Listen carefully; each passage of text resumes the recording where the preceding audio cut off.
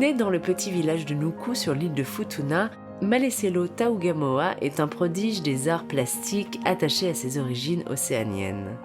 Depuis 20 ans, il partage dans l'Hexagone l'art typique de son archipel natal.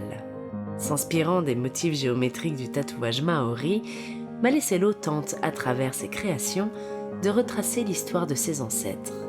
Une quête personnelle et spirituelle poussée par le mana, une force surnaturelle célébrée par les sociétés océaniennes.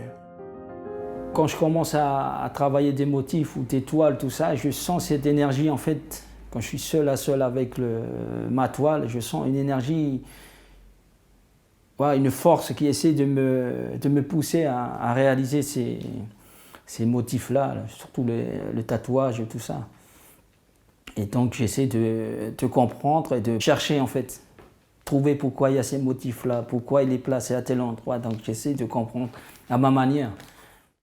Maleselo travaille également le tapa, une étoffe d'écorce battue recouverte de motifs dont la fabrication est réservée aux femmes de l'archipel. Un artisanat traditionnel que Maleselo s'est toutefois attaché à maîtriser.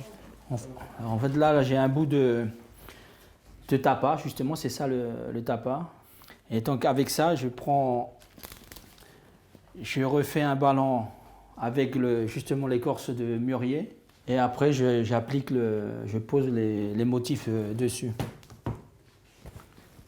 Et donc, ça donne une œuvre comme ça. Là, je m'inspire des motifs de tatouage des îles Samoa. En retournant en fait à Futuna, je suis allé voir un peu comment les femmes font pour le travail et tout ça. Et ils savent que ça fait des triangles, une succession de triangles, de traits, mais de points, mais personne n'a su m'expliquer pourquoi il y a tout ça. À travers ses œuvres empreintes des légendes du Pacifique, Maleselo rend hommage à ses origines futuniennes. Propriétaire d'une galerie dans le sud de Paris, l'artiste a choisi la capitale française pour promouvoir sa culture auprès d'un large public. Maintenant, avec mon âge, je peux parler de mes îles, justement. Quand on me parle de Wallis et Futuna, voilà. À Wallis et Futuna, on fait ça, le tapa par exemple. On a cette façon de vivre, cette culture, tout ça. Donc je suis content de leur justement expliquer, quoi.